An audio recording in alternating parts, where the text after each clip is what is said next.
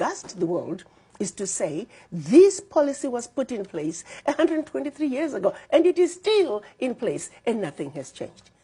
But what's really worse is when you look at what France did to the Francophone countries in 1958, when they were living, quote-unquote, leaving the continent. They gave the Francophone countries two choices. You can be independent with some affiliations to France, or you can be independent with no affiliations to France.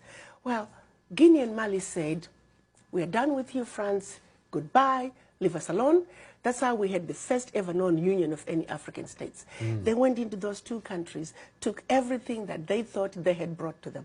History tells us they even took the last cup, teaspoon, chair, and proceeded to pour concrete into the sewage pipes, completely devastating the two economies, simply because they refused to be affiliated to France. But what they, and also the Sékou Touré, then president of Guinea at that time, he looked at the pact that France was making the Francophone countries sign. It was called the Pact for the Continuation of Colonization. He refused to sign it. How many countries in Africa? Now we are sitting at 14 Francophone countries that are still held on to this pact.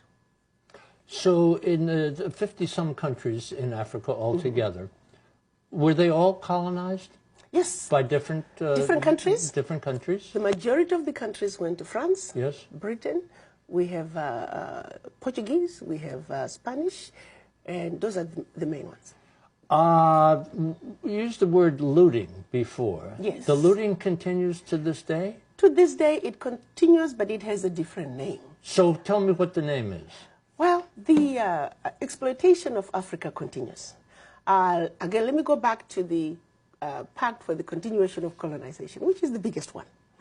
The Francophone countries were told, because we brought you the idea that you can sit at a table and eat with a fork and knife, we brought you tea, we built some roads and told you about going to school, we're going to call that colonial debt. So there's a fee for that, and you need to pay for it.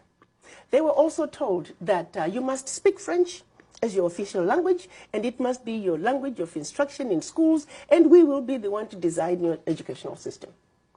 And then also, your money.